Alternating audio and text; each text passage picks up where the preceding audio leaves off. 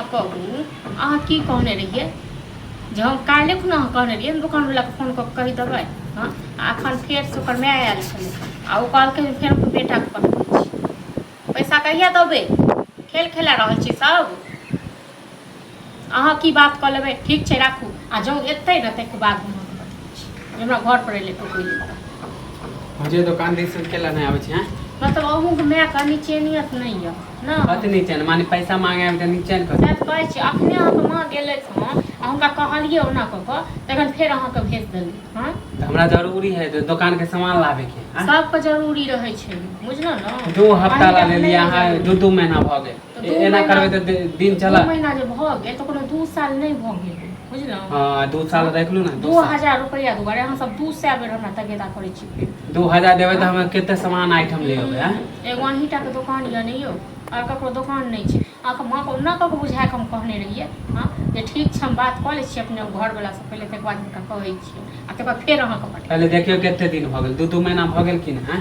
2 महीना भ गेल त की है टोले के लोग छियै नहीं रह। हां हम त सोपै हां त सब त गांवे के है टोले के अहाँके की होइए तऽ सोपैट के चलि जेतै। हाँ मतलब एतेटा के खेती बाड़ी जमीन जथा सबटा छोड़ के अहाँके 2000 के कहे कि भाग जते माने हमरा टाइम पर देबै तब ना अहो के टाइम पे देब। हां त टोले के लोग से ना एक जगह रहला से एक जगह काम होय छै बुझलौ। आइ अहाँ दुकान खोल लेलिए कनी बहुत अहाँके 2000 रुपया हम उधारी लेने छी त हमरा एतेक तगेदा करै छी आइ ने त काल्हि अहूँ के हमरा एते जे उधारी अगर हमर फंसत जते त हम की दुकान खोल के बैठबै खालिए दुकान रखिए। एगो अहीटा के दुकान या ना गांव में एगो अहीटा के दुकान और ककरो दुकाने नहीं। हां हाय दुकान बहुते हमरा माने हमरा जितबे क्षमता होते पति थी जो हमर घर वाला पति थी मनसा हमरा सुने रहो अखन नहीं देब हम पैसा बुझलो। दियो 1 हफ्ता के अंदर में पैसा हमरा जरूरी काम है।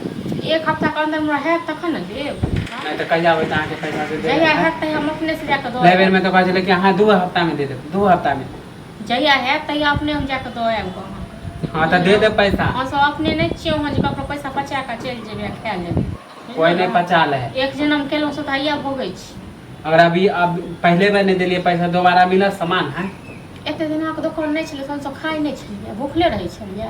हां मतलब खाए होय एते रखैत होय सब 2000 सामान आ पूछियो ओकरा बगल वाला के दुकान से हां त 10,000 15,000 के एक बेर में राशन आने त ओकरा सामान त देलक हमरा कोनो बड़का दुकान है हमरा जितबे दुकान है ओतबे ना देबो धारी और हमें लगता दुकान पर हम एते कहां से को हम मंडी आ बड़का दुकान रहता त हमरा लागि हम सब नीचा में पैरो नहीं रखते बुझलो ना। कथि पैने रखते माने बेदार हम कर्जा ले लालियो हां से बड़का दुकान रहता त आसमानी मुड़े चलतो वहां से उनटले उधारियो ले ले छै उनटले मानी जे 4 बेर के उधारी ल लो हम कहनो नहीं देब पचा लेब। हां हां त टाइम पर दियो ना टाइम पर जखन में है तखन मां के टाइम एक तो हमरा बाजार में सामान नहीं रहे 10 दिन हो जाता ई त नहीं छै घर में हम पैसा छापै छी। हां त ठीक है फेर हां त नहीं देबै त रहतै तखन अहाँ देब ओते कहाँ के माय के बुझा के कहली आ तै के बाद ठीक है 1 हफ्ता में हमर पैसा 1 हफ्ता में नहीं दे 1 महीना रुक जाओ जाओ 1 महीना का रुक जाओ।